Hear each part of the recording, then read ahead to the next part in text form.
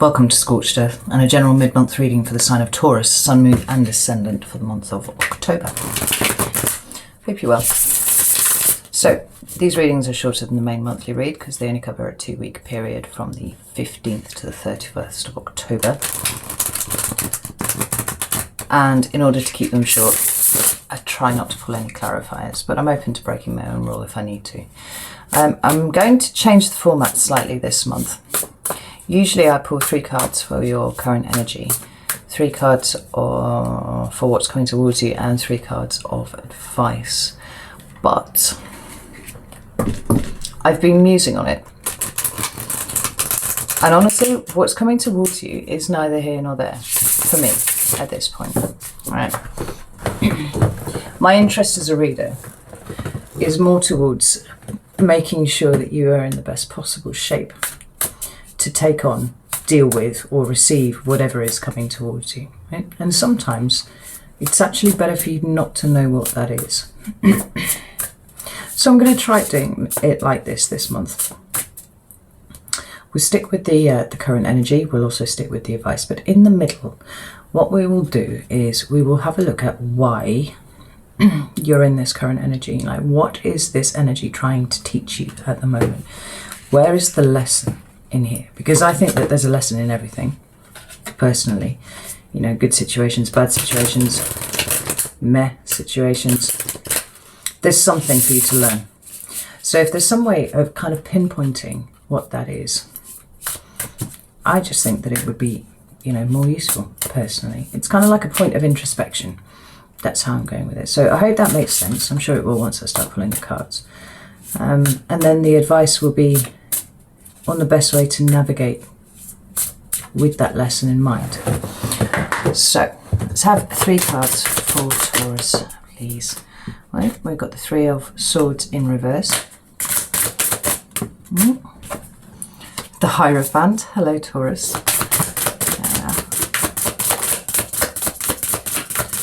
One more card for current energy for Taurus, please. A lot of cards that are flipped, but I know I've jumped. What have we got here? Oh, 6 of Wands, 4 of Wands, and the High Priestess. Divine, I love it. And the Emperor there. Just go for one more, though. One more card for Taurus's current energy, please. There it is. We have the Hermit. That's interesting, and because it fits actually really, really well with where I thought the other cards were going here. We've got the 2 of Wands at the bottom of the deck, followed by the Father of Wands, which is the King in the standard Rider-Waite. So the 2 of Wands for me is kind of crossroads energy, right? It's kind of hitting a point where you kind of know you need to make a decision. You need to move in a particular direction, but you're not quite sure which way to go yet. It's still very much in the internal planning stages of things, right? You haven't kind of walked through to its conclusion, you know, the consequences of taking one road over another. For some of you, I don't actually even think that you're necessarily aware that you're at this crossroads at the moment. But you have 2 major arcana in your current energy, which is kind of a big deal anyway. You are one of them, which is a big deal. I'm pretty sure the moon is in Virgo at the moment too, which would cover the other card. But the only minor arcana card that you've got here is the 3 of Swords, and it's in reverse. Now, interestingly, the way these cards sit on my table here, they look like this. So you, here, the Hierophant, are looking at this 3 of Swords in reverse. Now, this for me is healing, right? This is allowing those swords to fall out so that you can heal up. But you are looking specifically at it. It feels like your healing at the moment is the thing that is really preoccupying you, right? More than that, there's a great sense of going inside for the answers. That's what the Hermit energy is all about, right? It's about being still enough to be able to hear that. And I think that somebody commented once on one of the Taurus videos that they thought that Taurus were addicted to self-improvement.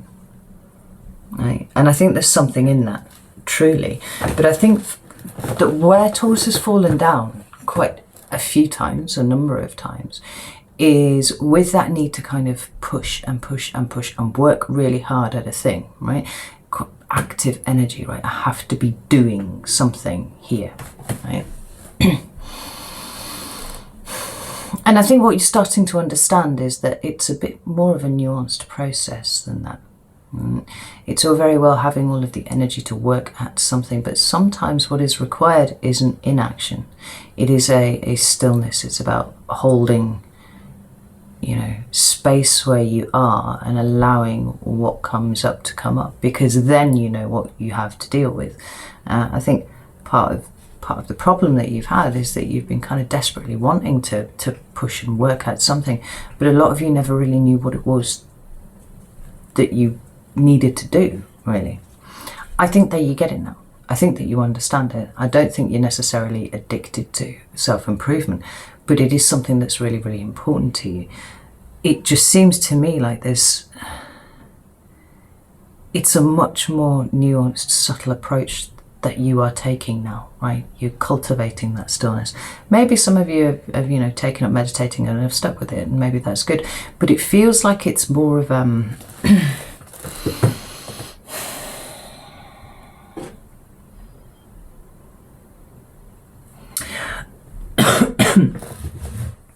rather than sitting down at a table and going, right, now I am going to work on myself. I'm going to consider all these different aspects of my personality and my character. I'm going to track back, you know, the history, see where all of this started, see why I react the way that I do to things, you know, a quite studious attempt to kind of reconcile all of this stuff, which is quintessentially Taurus. It feels like it's more reflective. It feels like it's a softer energy for you nowadays. So, you know, rather than taking that studious route, you know, you're finding yourself pausing in the day. Why did I do that? Why did I say that? Why did that thought specifically trot across my mind? How did I feel when that thought, you know, arose unbidden from the depths of my mind somewhere? You know, it's... It's a very mature energy for a start, and it's absolutely, you know, where everybody should be striving to get, where you're kind of in that point that you can catch yourself in the moment and go, what was that? Why was that? What's the thing? You know? Because it's like you've learned the process. It's like you've got the key. You've seen what the secret is. And the secret is that it doesn't actually matter at all what is going on around you, or who is around you, what they're saying, what they're doing, any of these things. What matters, first and foremost, is how you respond to it. And I feel like it's your responses that you are studying now, which is perfect. It's exactly where you're supposed to be.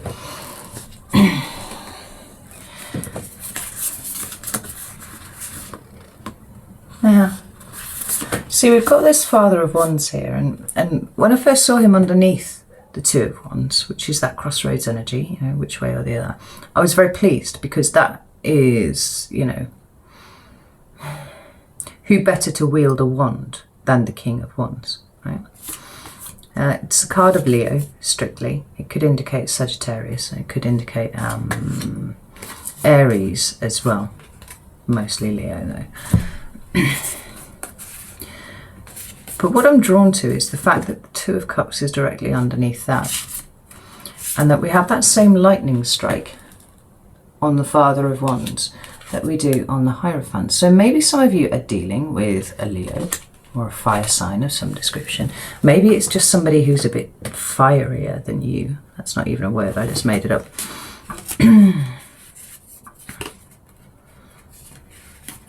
But initially what I'd actually thought was that it was more about the way that you live. It's about the way that you approach things. It's the way that you do things now. You know? Everything's much more targeted now, rather than just kind of work at everything and not necessarily achieving the results that you want. And I'm speaking specifically to your internal space here. There's something more of the snake about that now, right? It's about observing, and it's about then striking on that thing that arises in your head. You know, you get that thought come across and you go, stop there. you, why are you there, you know, and then unraveling it and seeing what happens. But I feel like it's starting to affect your relationships, and by affect I mean affect in a good way. I think that things are feeling much more settled for you than they have done in a long time. Now, you don't necessarily have to have a person, and if you don't have a person, I think that you are not stressing about the fact that you don't have a person. If you do have a person, right, I think that it's quite possible that for some of you this relationship lacks the slightly obsessive aspects that it had before. So in some ways it's kind of a little less exciting than other relationships that you've had in the past that turned out to be super toxic.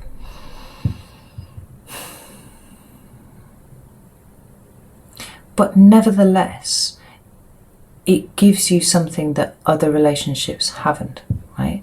There's a feeling of comfort, there's a feeling of contentment, there's a feeling that you have boundaries and you know where they are and you're making good use of them, and that you trust this other person to understand that they're there, but you're expressing that they're there as well. Everything feels much more even. There's an equilibrium here. So it may not be dramatic and flary and you know, passionate and full of all of the other things that you had in previous relationships, but it's almost better because of that, you know. Now, this might not be romantic relationships. You might just be seeing this playing out in your family relationships or the relationships with your friends, you know, where you are maybe being a little less needy than you have been in the past, and that in turn is actually helping you feel much more empowered, right? As it would, obviously. This is glorious, Taurus. I know I say it every single reading, but I am so proud of you all. You've done such incredible work as a collective, but, you know, individually too.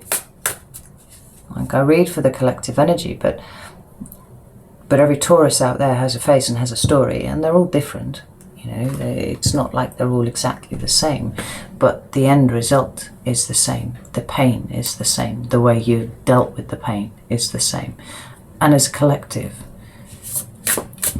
you've undertaken this really difficult work, and you are feeling, I think, you are feeling the benefit of it. And the funny thing is, it's so much simpler than you thought it was, I think. Because I think a lot of you overthought it. I think a lot of you tried to work too hard at it. And like I said, it's more subtle than that. It's more nuanced than that. I love it. The 3 cards for the lesson for Taurus, please. Whoa, okay. Where did that go? Oh, there. Oh goodness, there's a ton of cups here. Cups, cards. We've got Father of Cups, 2 of Swords, Door of Swords. Yeah, I don't want all those. I'm going to put those in there. One card that fell on the table is the 9 of Swords in reverse. I love this. Just notice there that the 10 of Swords is at the bottom of the deck. I'm going to shuffle all that back in. Could I have 2 more cards for the lesson? What's Taurus to learn? Oh, how interesting. Oh, I love it. What's here? Oh, goodness, this is magnificent. So,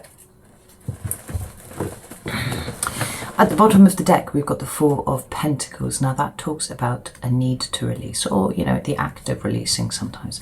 Sometimes the act of holding on too hard to things.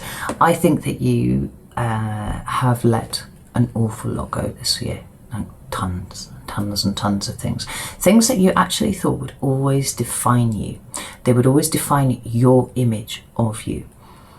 It's gone because you realise that you're so much more than the life experiences that you've had, right? They feed into who you are, absolutely. But at any point, you can choose to let those go, right? Sounds nice and easy. Not always, but, you know. And here you are. And then underneath that, we've got the World. Like, you are graduating, Taurus.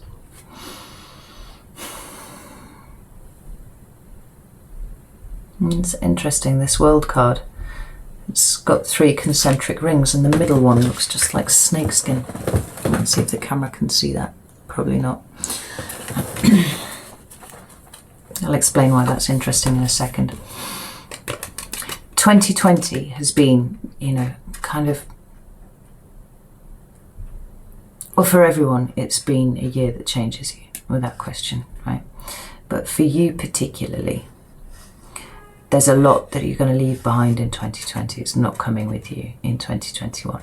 I think that you came into 2020 with the knowledge that there were lots of things that if you possibly could, you would love to let go, but you didn't really know how to do it.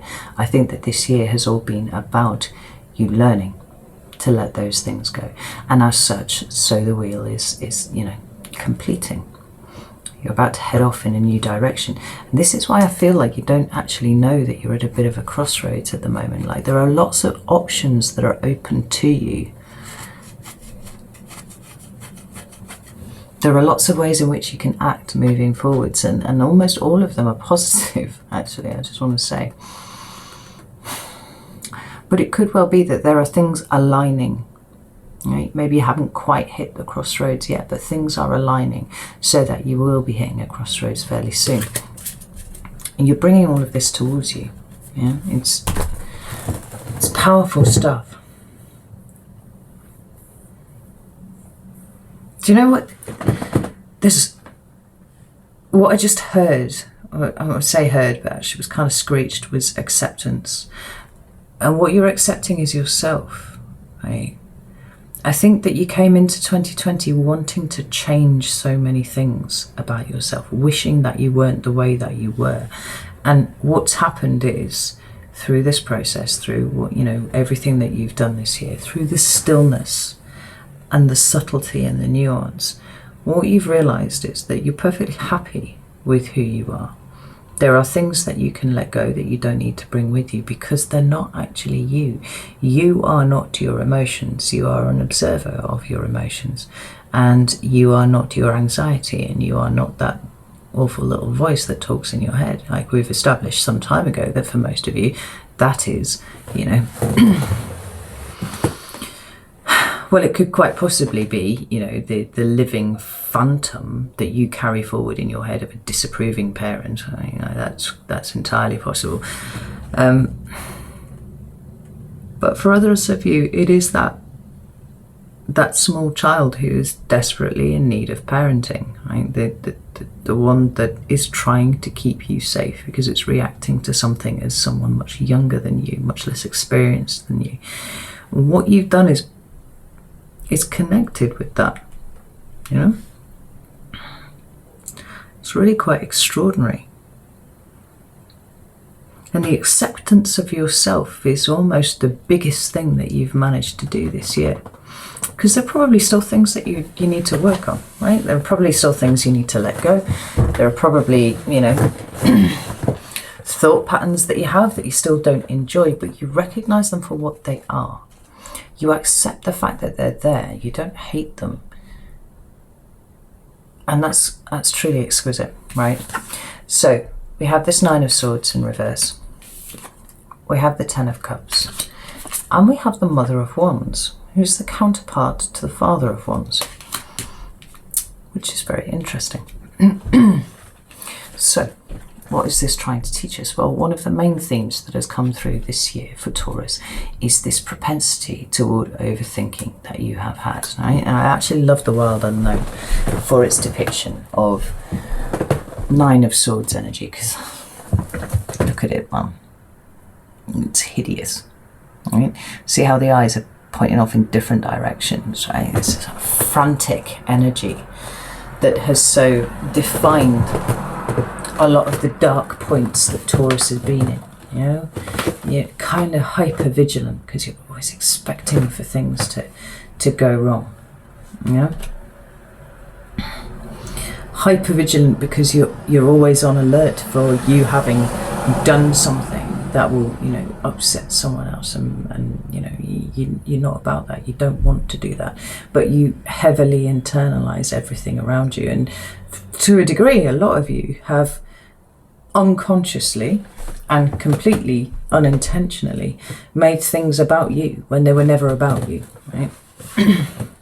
Which is Yeah, is some ways it's an ego response. It's that child going, it must be me, right? Because a child does think it's the center of the universe. You're moving beyond that now, though. I think that you can observe it when it happens, and that's phenomenal. Stepping back from your anxiety to see that you and it are not the same. Moreover, you are the thing that exists and it is not. You know, it's a figment of something, you know, that comes to try and torture you. And rather than feeling completely bound up in those two things, like you have been able to step back from it and go, I see you, you are my anxiety. What are we anxious about? Tell me, talk to me about it. Yeah. And from there, you know, you've been able to use it as a guidepost to the next thing that needs to be looked at, right?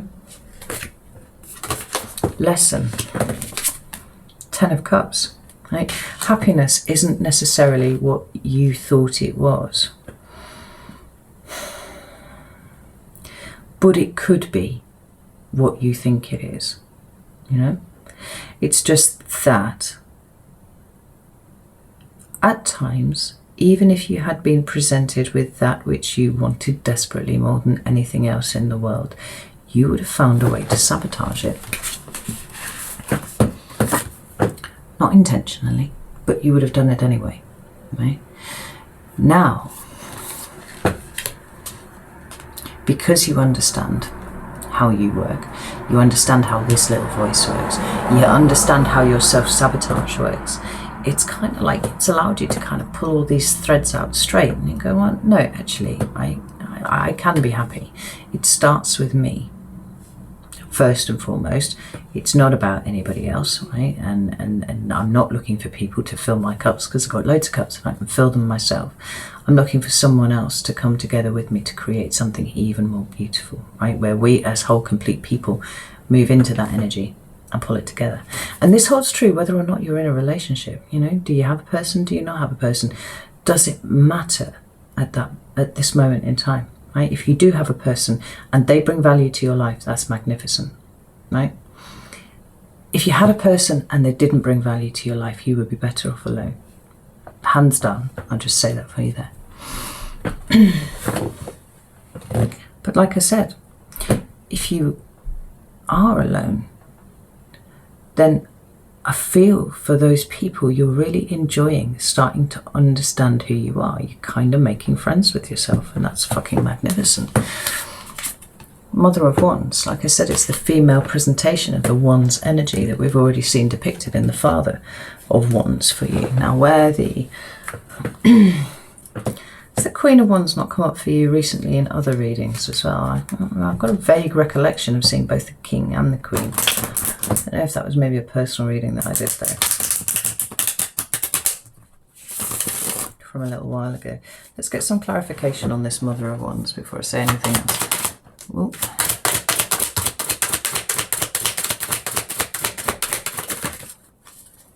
Yeah, let's see. There's an ease now with you. There's a confidence about you, Taurus, and it's that little X factor. It's things that people can't put their finger on, really, but people have noticed the change, and you notice the change in the quality of your relationships. I'm not even talking about romantic relationships now. I'm talking about those people around you who are important to you, you know, friends and family. They see the change in you. They see the difference in you, and they see how you are moving away from this limiting behavior that you have been so obviously engaged in, you know, because if your friends are you know, decent souls, they'll see you putting yourself down. They see you internalizing things. They see you blaming yourself for things. They see the anxiety that you've experienced, all of those kind of things, right?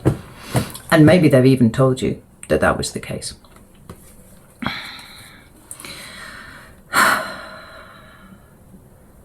But they see you coming out of that now. They see you being a much more gentle with yourself. They see you being with yourself as you are with them, right? Intriguingly. And they see you breaking out of that cage that you've kept yourself in for such a long time. this is what this energy is that you are in at the moment, right? This stillness, this reflectiveness, this authentically showing up, because you absolutely are. And this contemplation of the healing that you're undertaking at the moment, right? It's all been about getting you really clear about what happiness actually feels like.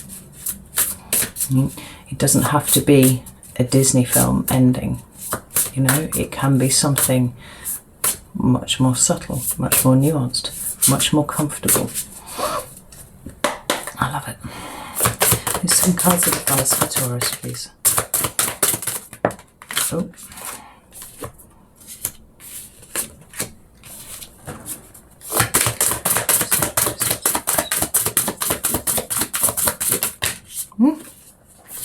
Goodness, loads of cards here. It's amazing, right? So the first card that came out was the Father of Cups.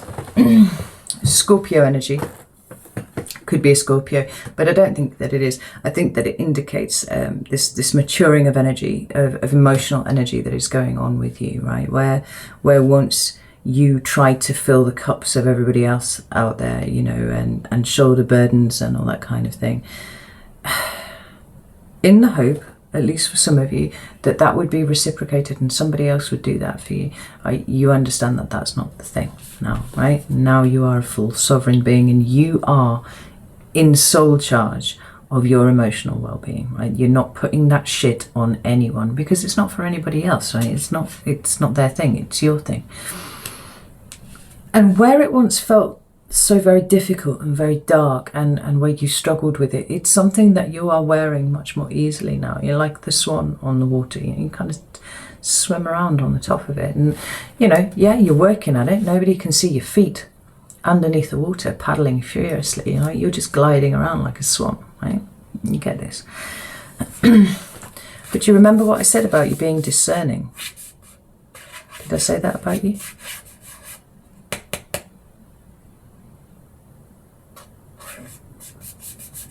Did I say that about you? Do you know, I can't even remember now. I'm going to throw it in here anyway. Rather than trying to work at everything all the time, just throwing hard work at things, it's about knowing, which I did say, yeah, it's about knowing exactly where to direct your effort, right?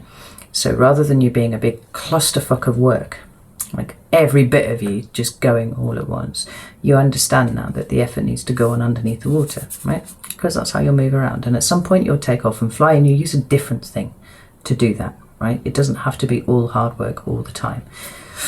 And then we have the Six of Pentacles.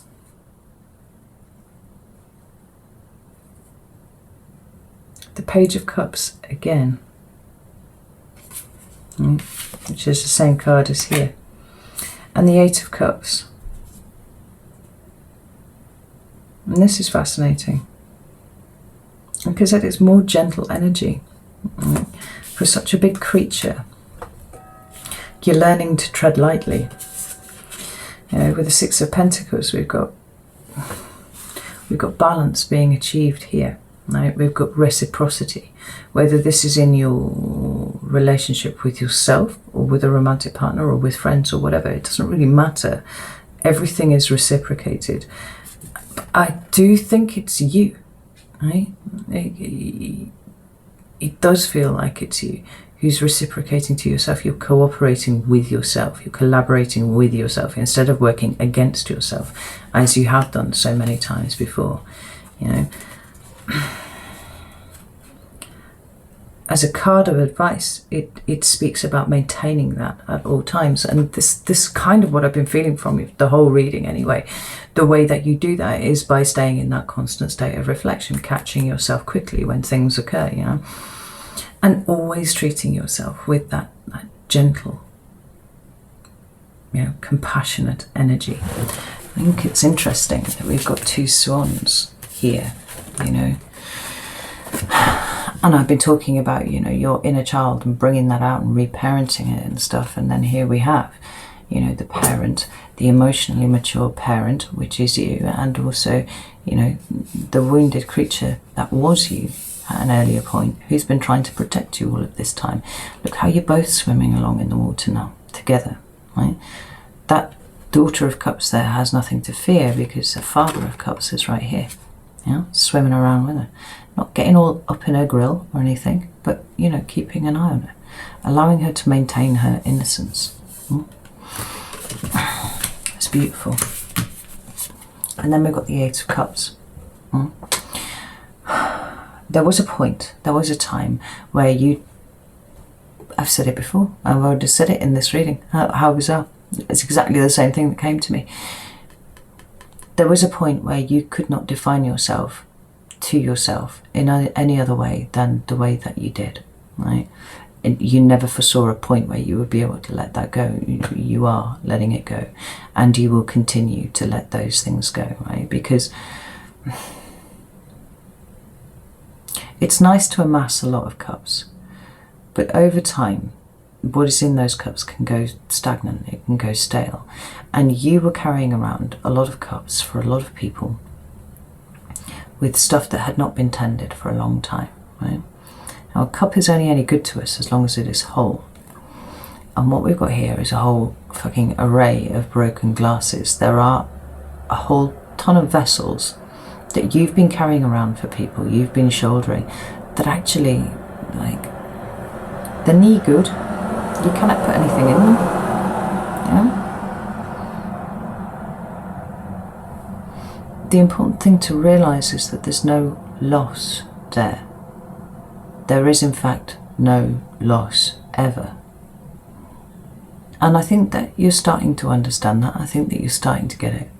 Because the important thing is that you had the experience and you learned from it and you moved on, right? Nowhere is it written that people need to stay around forever or that you need to stay in anybody's life forever. It doesn't actually taint the experience, the lesson that you learned, just because you learned it the hard way. But it also doesn't mean that you need to carry the cups around any longer, right? The cups are done, the cups are broken. It is okay to move away from the cups and continue to do so.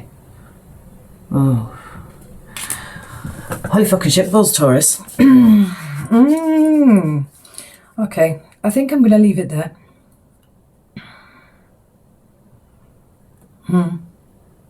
Yeah, I don't have anything else to say about this.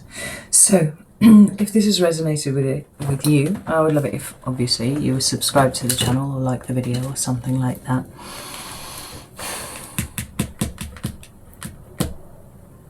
And know that I love you all, and I'll see you very soon.